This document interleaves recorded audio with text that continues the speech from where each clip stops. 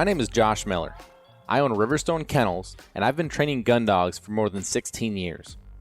I have field trialed, I've hunt tested, but at the end of the day, I'm a duck hunter. You might find that the duck in our DUK Dogs podcast is spelled uniquely. The UK stands for my British Labs. I love my British Labs. I love what they offer me, both as a part of my family and the high motor in the field. As you're going to find, I have some pretty special dogs. Follow along in our podcast series here as we talk about both in the field hunting and in the field training situations that will hopefully help you progress with your dog at home.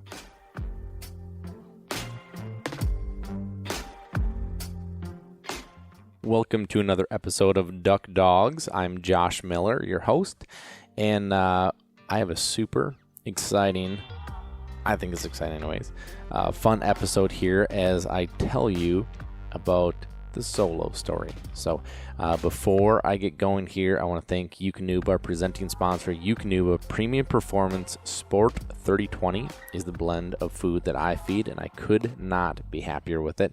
And I want to give them a shout out to thank them for sponsoring this podcast, because this doesn't happen without them. So thank you to DUK, go check them out. And I'm just going to run through all the sponsors here. I've been trying to mix that up so it's not so repetitive. But I think once I get going with this story here, I'm going to roll with it. So thank you to Sitka Gear. Actually got to hunt with my buddies from Sitka Gear on the hunt that I'm going to tell you about here today. They're a fantastic company. One of the things that I love so much about Sitka is the detail that goes into their product development and their testing. I can personally tell you they are over the top with testing because I do a lot of testing for them. I see it firsthand, and there are just so many companies out there anymore that pushing products to market is so much more important than making sure that the actual product is superior. Tremendous respect for them for doing that. You will not be disappointed. If you go check them out, you start wearing their gear, you will not be disappointed. www.sitkagear.com. Thank you to Lucky Duck. Lucky Duck has their 5-star crash test rated kennel, both in intermediate and large. A lot of people ask what my dogs use. I use the intermediate for almost everything. I would rather have my dogs a little more confined rather than a bunch of room to move around, specifically when I'm traveling. That's most of the time when I use my crate, so I love the intermediate. But if you're looking for a large, have a bigger dog, or maybe your crate is the kennel that you use at the house on a regular basis, you want a little more room, check out that large. It also is 5-star crash test rated, and I believe it is the only 5-star crash test rated kennel that isn't a large size. So go check them out, www.luckyduck.com. And also thank you to Gun Dog Supply. I'll be with my buddies from Gun Dog Supply here hopefully next week, if not the week after, finishing out our season in Arkansas. And they're just a fantastic company. Great customer service. They go above and beyond for their customers. And they are really your one-stop shop for all of your hunting and training needs as it revolves around your gun dog. So go check them out, www.gundogsupply.com. All right. The much anticipated Solo first hunt story.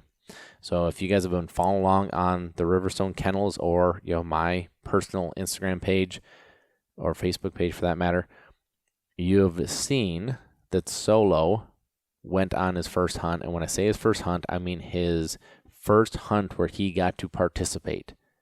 This was not planned. It was a circumstance that really came from necessity.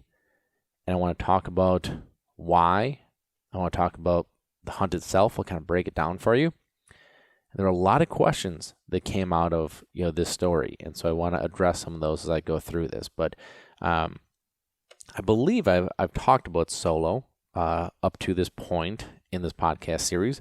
But in case you're jumping in here, maybe you saw the story or saw the hunt on social, and you wanted to know more about it, I did kind of let you know that I was going to be doing this episode here today. So let me give you a little background on Solo. So Solo was born overseas in Scotland, and I was supposed to get a puppy out of this litter. Loved the lines, loved his dad, was really excited for this litter. And when the litter happened, there was only one puppy, hence the name Solo. So I did not get a puppy. The lady that had the litter was going to keep one for herself. So because there was only one, she kept him. But it was fun because I wanted to keep up with how he did or how he was doing, because if they did a repeat breeding and he turned out, I was going to want a puppy from that litter. Being that I'm really good friends with the lady, she kept me up to date, would send me photos. I remember seeing one photo in particular. He was such a big puppy, right? Because he was the only one at the milk bar, as she said. So I'd see these, this plump little, black ball of fur, settled up and, drinking his heart out as he grew up. And it was fun to keep up with that. Then as he went into, kind of that like 4 or 5, 6 month old age, she had told me about how he was very strong-willed.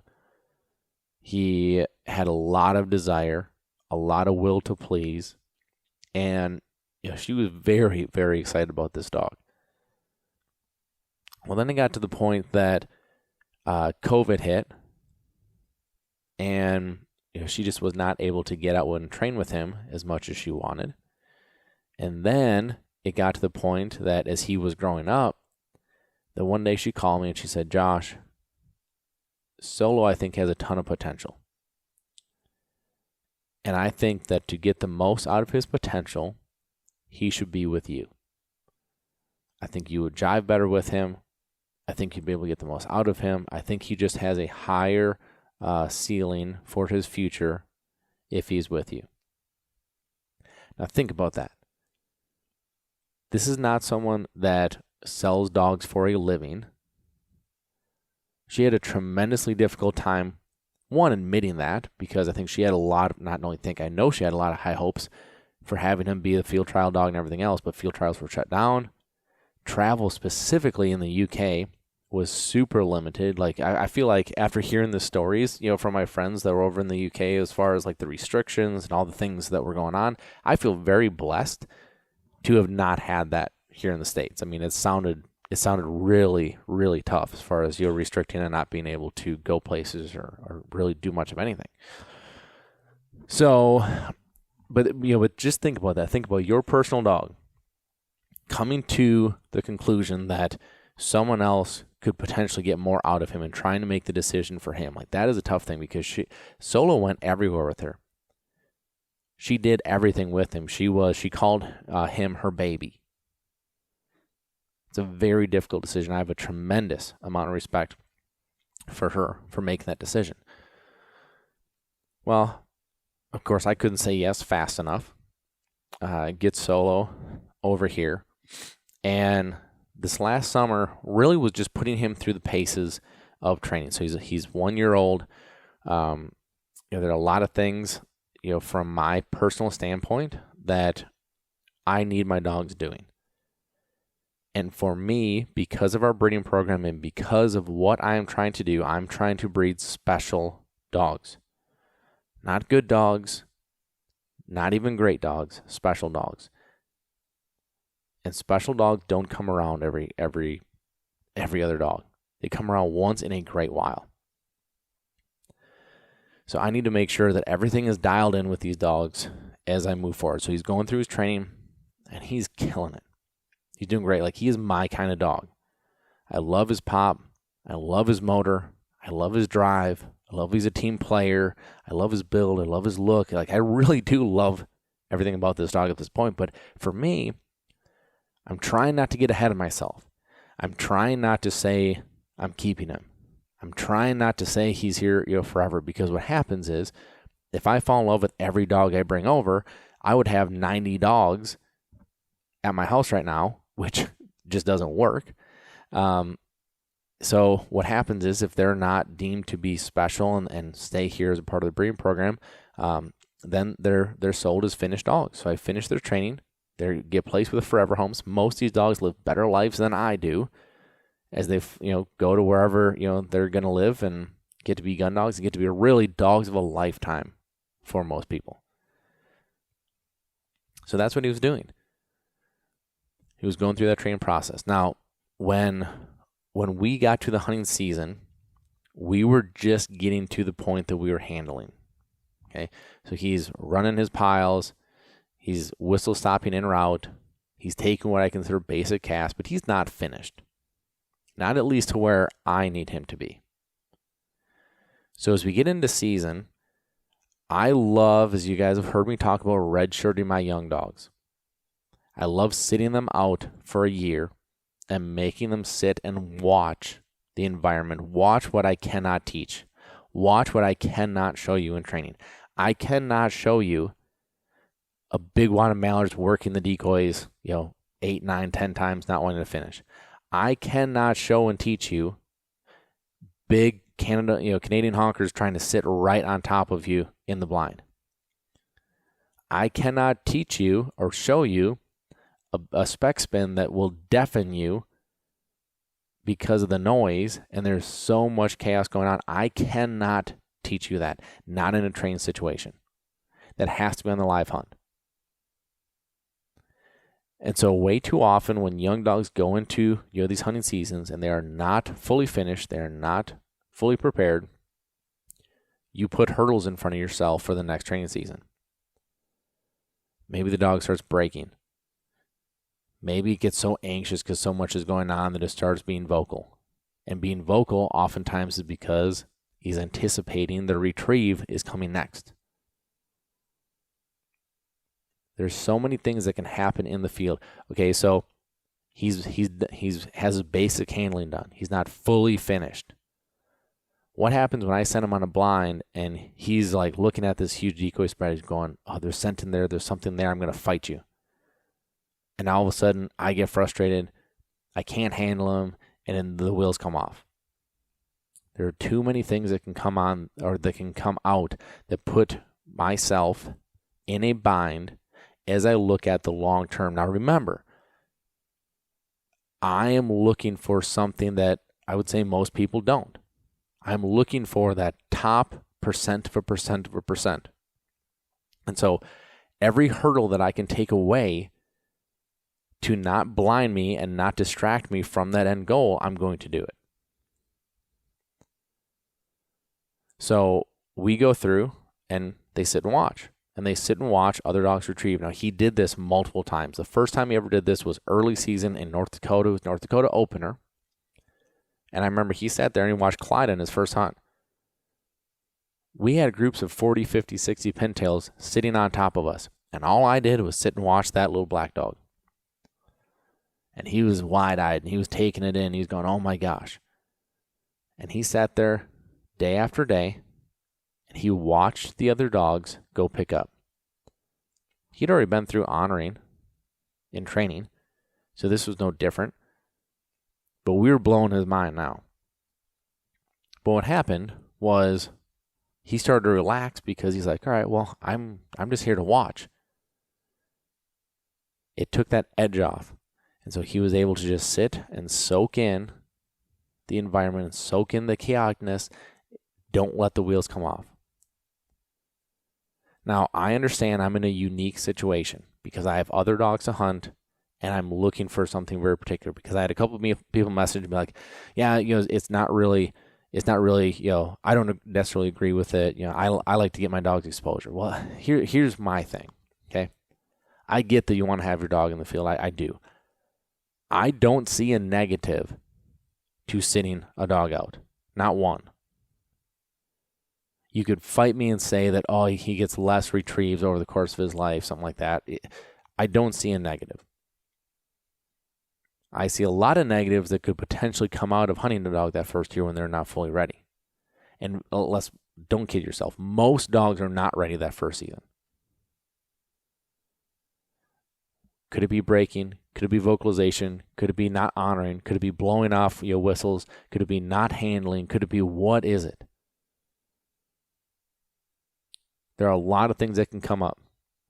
Just simply sitting and watching these groups of birds do the deal. That right there can be overwhelming for a young dog. So I get it. I personally, I think it's an excuse. I think it's an excuse to get your dog in the field because you want them in the field. I get it. But this is why I do this. Looking for something special. So Solo was, quite frankly, almost done with his first season doing this. And the dude he had just gotten to be automatic. He'd go, boom, sit in his blind. He'd sit next to me wherever we were. And the dude would just watch. Like, he got to be just a stone cold statue. Just watch. I mean, 5, 6 guys blowing calls, 10, 15 guys, lighting off, especially in these big spec feeds. Like, nothing fazed him. Now, when Solo was with me, my undivided attention was on him. Maybe not undivided. I would still call because I love calling. But my attention was focused on him because if anything happened, I want to be able to know what happened, right? I pull up to shoot and he breaks. Well, did he break because I pulled up? Did he break on the shot? Did he break because, why did he break? Right? He never did. It's hypothetical. But that's why I'm looking at him. I want to know what's going on. If something happens, I want to know what caused it because that way I can work on it. But he was great. Now, he was overly prepared, but he was great. And I cannot tell you how many times there was a bird belly up in front of him, and he is dialed in staring at it, and I wanted to send him in the worst way. I had to stay disciplined. That wasn't my plan. I wanted the worst way for him to get a retrieve. I wanted the worst way for him to pick up a bird and put feathers in his mouth. I didn't want that to lead to something bigger. I had a job. I had a plan. I was going to stick with it. So he either had 5 or 6 of these hunts in a row that he was doing great on. I was really happy. And then when we went out to Montana, we had very limited space in the truck because I wasn't going to drag the trailer out there. My truck was packed. I had gear for 5 people. That's clothes, that's waders, that's guns, that's ammunition, that's everything, right? I was going out there with 2 dogs, and I was going to come back with 3 because a good buddy of mine that works with Sitka has a puppy from us, and that puppy came back as a bud puppy, was coming back for training with us because I was already out there, just easy, saves him a trip. Well, we already don't have room. I'd love to take more dogs, but the reality is I didn't have the room to do it. So I decided to take Brock and Solo. Brock because he was behind a little bit on Clyde as far as retrieves go. So I wanted to kind of even him out. The reason those two, just like the age thing, right? So just as I'm kind of thinking about the age. So Brock, is getting older. Clyde is getting older. They're not old, but they're getting older. And so as I look at that, I'm like, why those 2 are my priority, but because Clyde has had more retrieves this year, I'm like, all right, I'll get Brock. So Brock and Solo. Solo's going to sit and watch. Brock's going to retrieve. We're going to be great. So we get out there, and it is way, way colder than what the forecast had originally said. So when I was looking at the forecast, I was seeing 10, 15 degrees, Fahrenheit, which is cold. Don't get me wrong. It is cold. But what we ended up with was -5, -8 with -20 to 30 wind chill. Brutal cold. All right, well, we're still okay. The dogs will have vests on. I'll make sure they're out of the wind. We're going to be bundled up. And I have a buddy out there that was doing a lot of the scouting for us so that we didn't have to waste days scouting, and he had stuff set up. Well, we pull up on the first day to the first spot, and we're hunting a warm water creek. Now, warm water creek, if you're unfamiliar, is they're creeks that come, the way I understand it, they're fed from out of the ground, so they're just naturally warm, which, especially in that area, there's a lot of them due to the Yellowstone. I guess the Yellowstone is really kind of known for this. And so the warm water, from what I was told by some of the local guys out there, it could be anywhere from 40 to 50 degrees, so much warmer than the cold air. Because it's warm, it stays open, right? Like rivers can freeze, right? Rivers freeze around here all the time. but because of warm water creek or creek. I'm going creek. There's not an I-C-K in there. So warm water creek, it stays open because of the water temperature, which is great. Ducks love it. Not so pretty for our dog situation. So we're setting up decoys, and I'm looking around like, how in the world is this going to work? Because I will kill Brock if I make him retrieve and make him work in this weather. I'll kill him. So obviously that's out. We cannot use the dogs. But one, that's not fun. Two, we're going to be very unsuccessful because these birds are going to get in the river current and float away very quickly. We're going to lose a lot of birds. And three, it's not why we're there. Like, I would rather not hunt than hunt without my dogs. I don't care about pulling a trigger. It's not why I'm there. I'm there because I love to watch my dogs do what they love. So, after understanding I was out of options, I thought, well, Solo is going to have his first hunt. Now, I was planning on this being next year. I was planning on this being an early season hunt, something easy, something little. He had a whole season of sitting and watching under him. He had another summer under his belt. He's fully finished, right? He's ready to crush it. Little wood duck, hole somewhere up here in Wisconsin, like super easy. Now, I'm going to throw him into a warm water creek that, because it's the only water around, likely going to be big groups, likely going to be a lot going on, going to fight the current, going to fight ice, going to fight the cold. This was less than ideal as I saw it, but I also didn't see any other way that I was going to be able to do this. Because not hunting is not an option. I had a friend of mine from Arkansas that flew in. I had, Brett, who is, you guys heard on the timber episode. Brett and his son drove up from Ohio for it. Like, I can't just be like, hey guys, sorry I have all this expense into a trip, but we're not hunting. So I had to make it work. So what I did is both dogs had vests on. I only had one white vest because I was only planning on hunting Brock. But I had a vest on both of them. I parked the truck about 100 yards away, and my truck literally ran all day. Literally all day. And what I would do is, in my head, birds would work, boom, boom, boom. If I have Brock out, Brock picks up those birds. We get him back, we get him to the truck, and we bring Solo out. Solo gets a group. Hopefully, please pray for the love of God. Boom, boom, boom. Picks those up. He goes back to the truck, and we rotate. Let's just rotate back and forth. Everybody stays warm. Everybody stays safe. We still are successful. We're not letting birds get away. Great plan in my head. So the first group does it right away. And Brock goes, picks up the birds. I think we had, I'm trying to think here. I think the first group was 4 that we had killed. So Brock picks up those 4 right away. The last one was a great retrieve, was a blind across the river.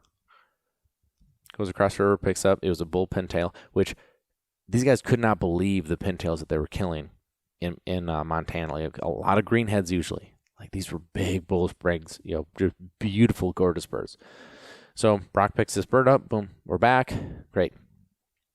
All right, guys, I'm going to go swap, get strike. Or I'm sorry, not strike, Solo. I hope I haven't been saying strike this whole time. It's Solo. So I'm walking back to the truck, and I'm kind of psyching myself out a little bit because I'm like, this is not what I planned. Like, I'm a planner. I love plans.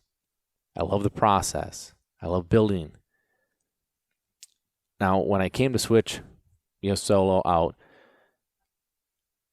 there was actually a sense of calm that went over me because I knew he was prepared for this. Like I said, he had been sitting all season. He had watched all season. I really wasn't afraid of him breaking because he hasn't all season. I wasn't afraid of him being vocal because he hasn't all season. He's understood to be chill because he's got no reason to be anxious. He doesn't get to go retrieve. He gets to sit and watch.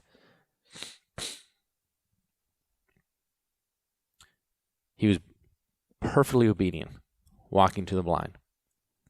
Tell him to kennel, in that kennel, just like he's done 100 times. And he's sitting and he's watching. And it took a long time for that second group to do it, because we were hunting a midday loaf. So we were waiting for these birds, to bounce back and forth. And, they could definitely feed. The water level was low enough that they could feed, but they were coming in midday to hang out. So you just kind of had to be patient. So we had a group that worked and didn't do it. And then there was a single widgeon, I think is what it was. A single widgeon comes in right over the decoys. And I look down at Solo. Solo's right on it. And I hear boom, boom, boom, boom, boom, boom.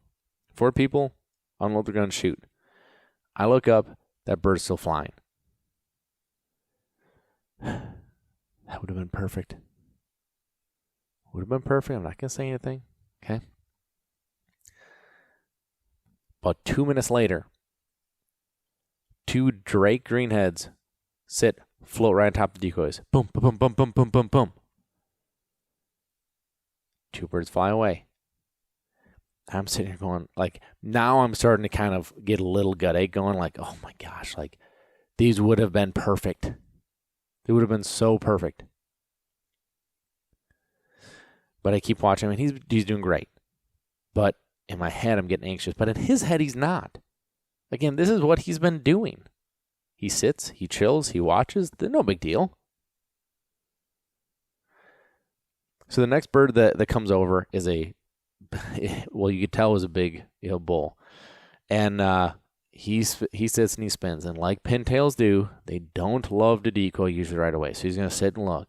He's going to sit and look. He's going to sit and look. Well, then he hooks up with a hen pintail. And they spin. And all of a sudden they float down. I pull up and I shoot that bull. And he folds in the river, in the creek. Somebody else in the group shoots, kills the hen that goes up over the blind behind us. Okay, so now we've killed both. I look down, Solo is zoned in on that bull that splashed in the water. Now this bull, if you think about, if the decoy spread is right in front of us, this bull is off to the right, past, further back from the decoys. Okay, I'll kind of paint the picture here a little further as we go across. If you saw it on social, then you already know, but I'm going to paint the picture for everybody else that didn't. Now here's the difficult part about hunting with photographers and videographers. I love my boys to death. Brett Ayers, Ted Wells, fantastic dudes, first off. Fantastic photographers. Fantastic creative minds. But they're trying to do their job too, right? So, Brett was actually back of the truck when all this happened. But Ted's like, all right, hold on. And I'm sitting there dude, I just want to let him go, right? He's zoned in. Everything's perfect. I can see the bird. He's belly up right there. Just let me go. Well, of course, he's, he gets in his spot and he's like, all right. So I take one last look. He's still zoned in. I go, Solo. And from inside that little dog blind, this quiet, not flinch, not calm area, all of a sudden a monster blew out of there.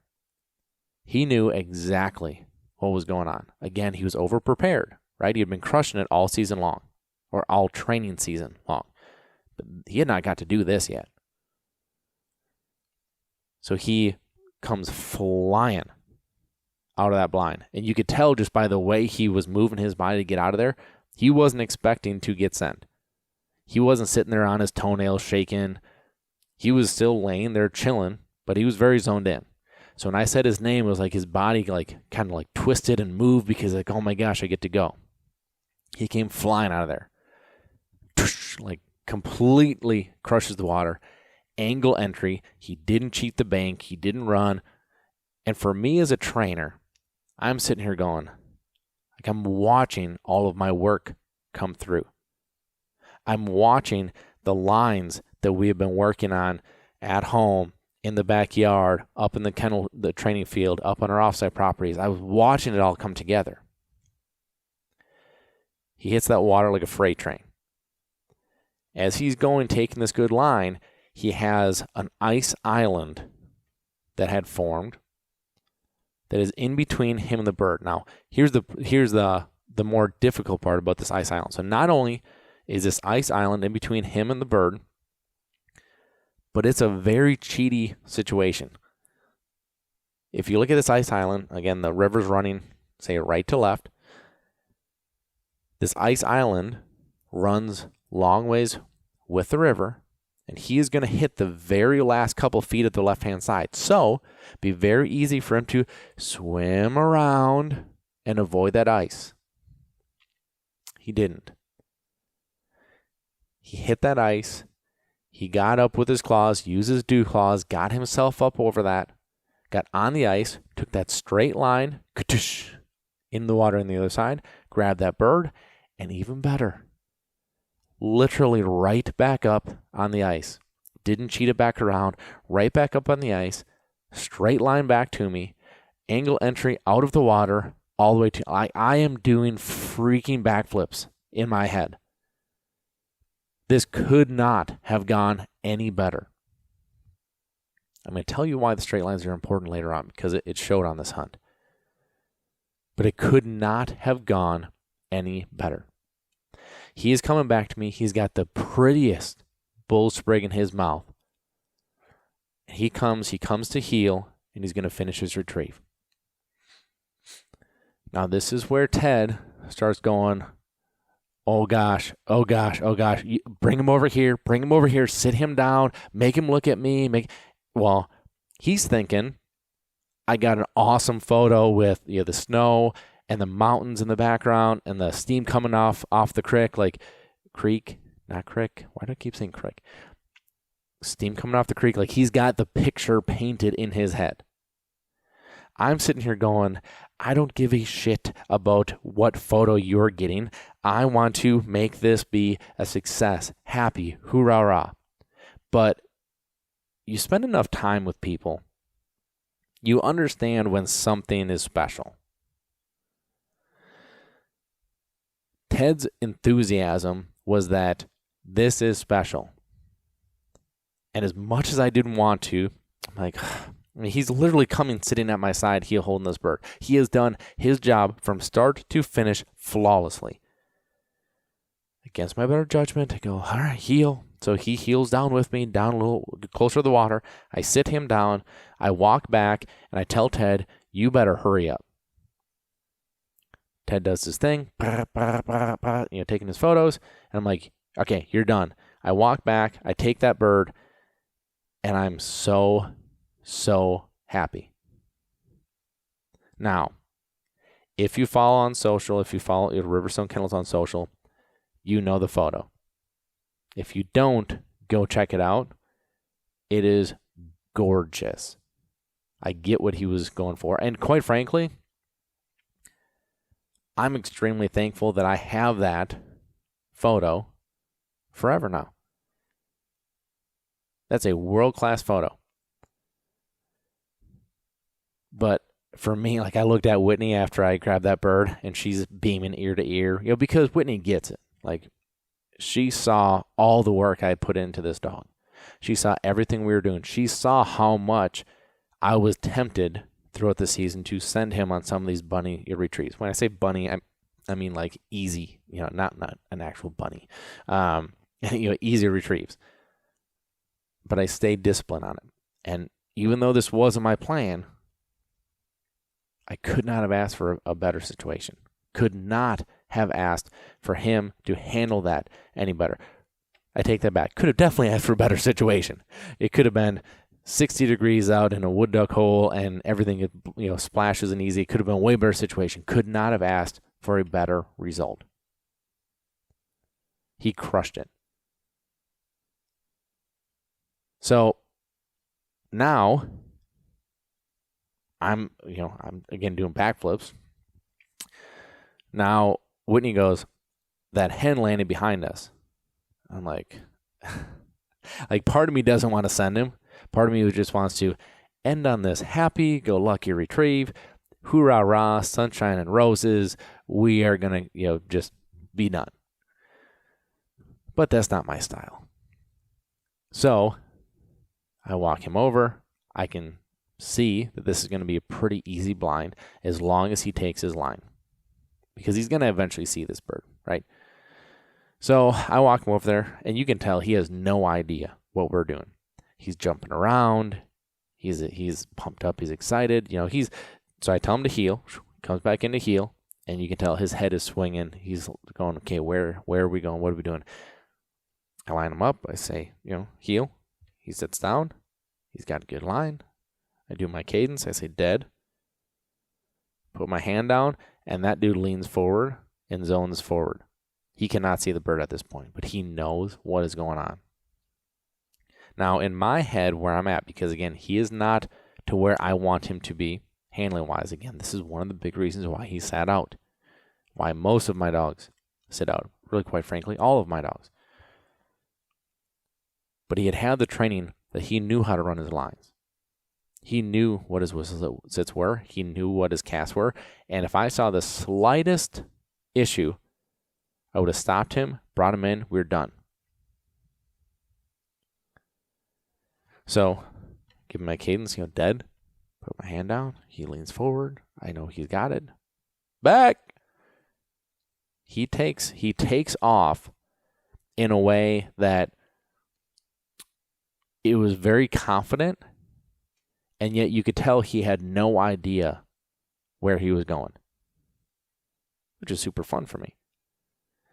So he trusts it, he's doing a great job, and all of a sudden, he hits another gear as he sees that bird. Now, it was a cripple, so he got up there, and right before he grabs it, that bird scoots aside and then, does the whole ole right by him. Comes back, ole right by him. And so he ends up, I think the third pass from grabbing this bird. He comes back to me, brings it to me, delivers the hand. Fantastic. You could not knock me off of cloud nine at that point. That was as perfect as I could have asked for. Absolutely as perfect as I could have asked for. Now, this might be the part where you start going, well, why did you sit him if he was overly prepared in his training? Why did you sit him if he did that well, right? He proved you wrong. And I don't think so. I knew where his training was. Again, I didn't know how he would react or how he would respond to the stuff I couldn't control. So what is training? Training is the knowledge you use to teach, but it is consistency and it's repetition. How can you give repetition, let alone be consistent in those repetitions, when you don't have the opportunity to replicate the situation you're trying to prepare for? Again, birds, groups of birds, where they're you can't do it. That's why those live training situations in the field on the hunt are so valuable to me. So we walk back to the truck. We're gonna switch out, and again, I'm ecstatic. He's confident. You can see it in his gait. This is a different dog walking back than who I walked up there with. So I put him in the truck so he can warm up, stay warm. Get Brock out. Brock comes out, and we do the whole thing. So we get Brock back. Now here, I'm going to show you, or going to tell you, why the straight lines are so important. Okay. So when we checked out this river, one of the things I always like to do is I like to go around, to see the situations I'm going to be running my dogs in. So with this creek, there were a couple ice islands, and there was a situation on the other side that, my buddy that hunts the area told me that is, the creek kind of bends. And when it bends, it gets super strong current, and ducks are going to float away like that. And he said, dogs really struggle with that. And it was starting to get iced over, but he said, you can't trust that ice. So in the very next volley, we shoot a couple mallards, and one of the mallards is across the river on the other side on a sheet of ice. Ice we knew was solid, but if they went off to the left, they were going to get into that dangerous spot. So I send Brock, goes straight across, picks up that hen. And now this water's cold, right? He's cold. He just kind of like looked over at, maybe where he could cheat. Now, in his mind, he's like, I got to look, right? And naturally, you're going to look for the easiest route. But this is where his training went over, because all that I did was, And when I did that, he's like, I know. And he came back and he came across the straight line. Now, here's why this is so important. If he wasn't disciplined and he wanted to cheat and he ran that bank down, he likely would have fell through the ice, and we could have had a very dangerous situation. We knew the ice was good where we were sending him. We had actually went up and we had sat up and we had stood on the ice. We knew that it was good. But now, I guess I don't know 100% know that he would have fallen through. I don't know 100% that the ice was bad in this area, but I'm going to trust my buddy's word for it. If I don't have that discipline of straight there and straight back, we could have been in a very dangerous situation. All the time, I hear people talk about, the straight line, that's for field trials, that's for hunt tests. My dog's a duck dog. My dog doesn't need that. You are going to come into a situation, I promise you, that if your dog doesn't have it, you wish you had it. And again, for me, it just helps me elevate my training. It helps me elevate what I'm trying to do with my dogs. It gets me to that next level. Sitting Solo out and redshirting him, as I like to call it, redshirting Solo made it so he was prepared. Redshirting Solo made it to where we were that successful on that hunt. He was ready for it. He was overly prepared. Was not my plan, but he was ready for it. That's what sitting your dog out does. Takes that edge off. Let him soak it in. So when it's time, they're ready. I kind of did an interesting. If you follow along on this podcast, I'm a sports guy, right? So I like a lot of sports analogies. This was interesting to me, and I know you can find exceptions to the rule, and I know that there are great dogs out there that have hunted since day one and are fantastic. I know all that, right? I'm talking to the masses. I'm talking to this is the way I believe to put the odds in your favor to get the best result. For me personally, I do it because I know I'm going to get the best result out of it because I'm not putting issues or potential hurdles in front of me, right? But I thought this was really interesting. As I kind of try to think about a good sports analogy for this, it piqued my curiosity of the number of NFL quarterbacks that came into the league and started the first year versus came into the league and sat for at least a year before starting, and how successful they were versus the counterpart. So I dug into this. Okay. Here's a list of quarterbacks from 2003 to 2017. I stopped at 17 because I was like, up to this point, well, there's one on here that's not. But you don't really know how successful they are until you got to have a few years, right? So here's a list of NFL quarterbacks that started their first year. Byron Leftwich, Jaguars quarterback. We know how that goes. Vince Young, Matt Leinart, Mark Sanchez, Sam Bradford, Blaine Gabbert, another Jaguars issue, Jameis Winston, Geno Smith, E.J. Manuel, and Kyle Bowler. Those are all quarterbacks that got drafted and started their first year.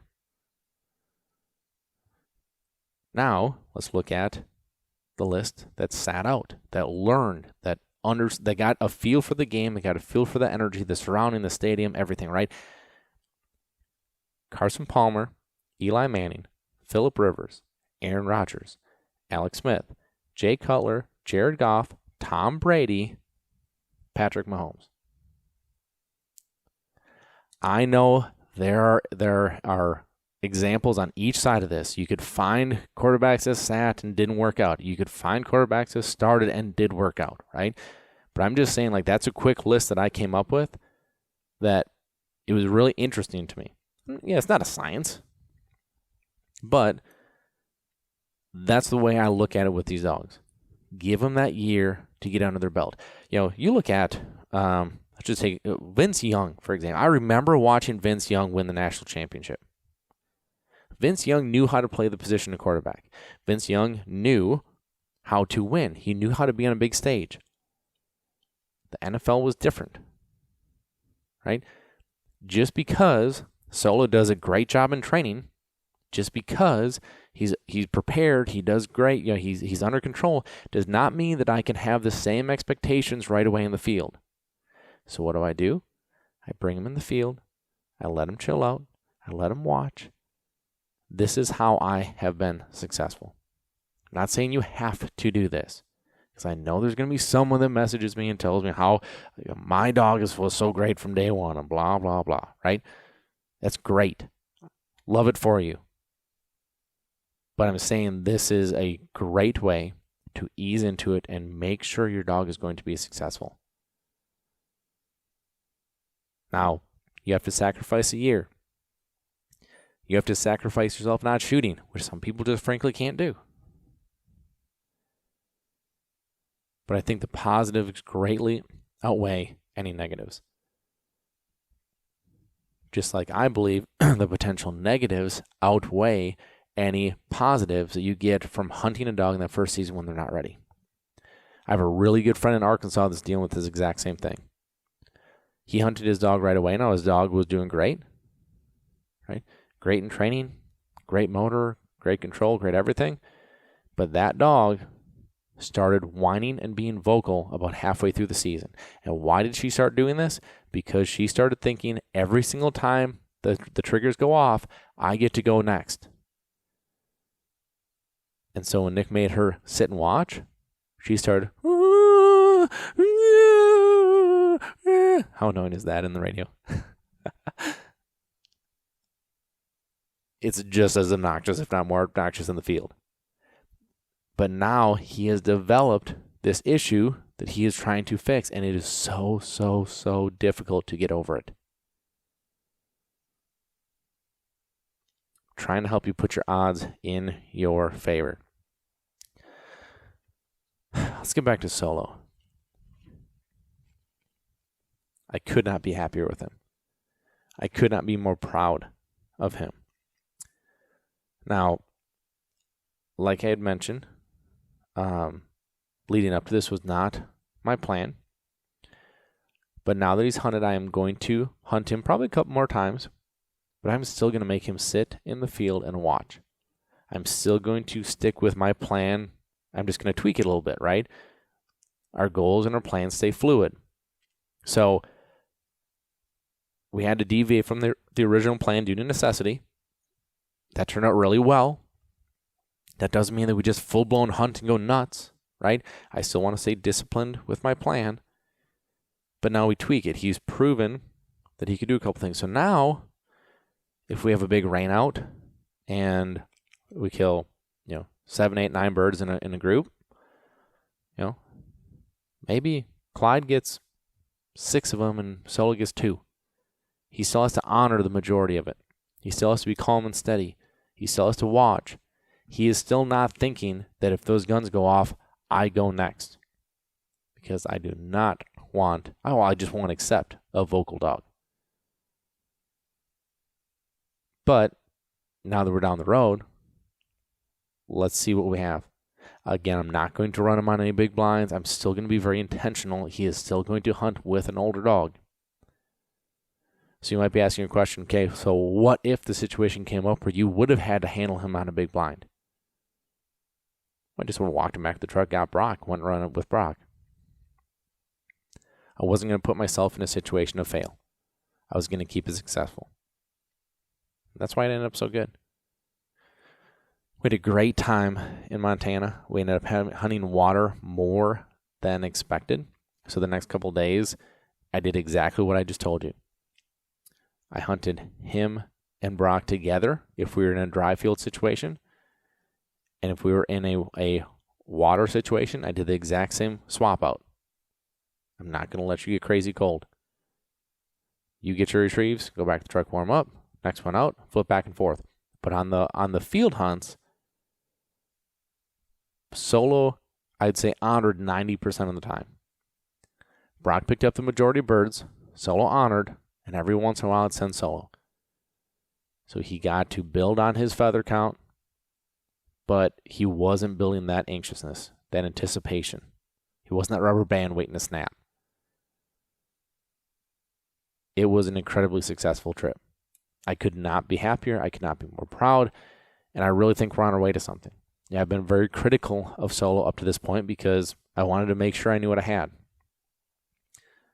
I'm not ready to full-blown say he's in, but he's really close to it. He's got to finish. Now he has to go finish his training. He has to go prove it. Go finish your training. Go get your titles. Go pass your health tests. Like, there's still a number of boxes to check here. But he is well on his way. And I sure hope he does pan out because he is my 2-year-old daughter's absolute favorite. Solo, Solo, Solo. Who do you want to sleep with tonight? Solo. Who do you want in the house tonight? Solo. Who do you want to go on this walk? Solo. She adores Solo. So I really, really hope that he does work out because it's gonna be tearing my heart out if I can't keep him around. Again, I just can't afford to have 100 dogs here. But so far, so good. So good. I just hope the rest of the season can kind of follow suit because it was well worth the trip. What I'm going to challenge you with is no matter what your plan is with your dog, whether it's to finish this season, whether it's into training for next season, whether you're getting a puppy and you're going to start this whole process that I just talked about, come up with a plan and be disciplined to it. There may be a situation. I'm all about discipline, whether it's with my everyday routine, whether it's with my workout regimen, whether it's with my dogs and their plans and their progressions. But there are times you have to stay fluid. If Solo had not gone through his training as well as he did, he wouldn't have ever got to go in the field and sit and watch. I would have had to change that plan. Just like I had to change this plan on the fly in Montana. It's cold enough where I'm going to kill a dog likely if I make them sit out here all day. Yeah, that's not happening.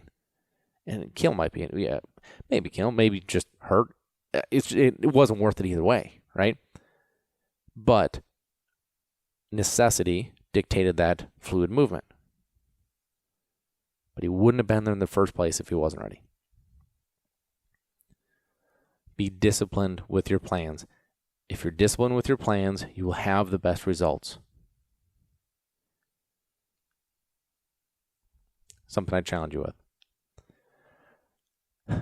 Well, I think I'm going to either Oklahoma or Arkansas next week.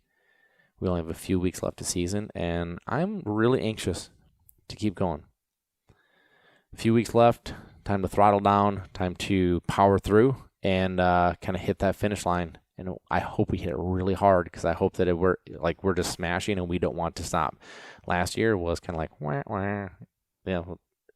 End of season, no ducks. Well, this, a little less than exhilarating, but there's a silver lining in everything. So, hope we have the birds. Hope we have a few great hunts. Hope I have a bunch more stories to be able to share with you here in the next few weeks, and hope you guys have a great rest of your week.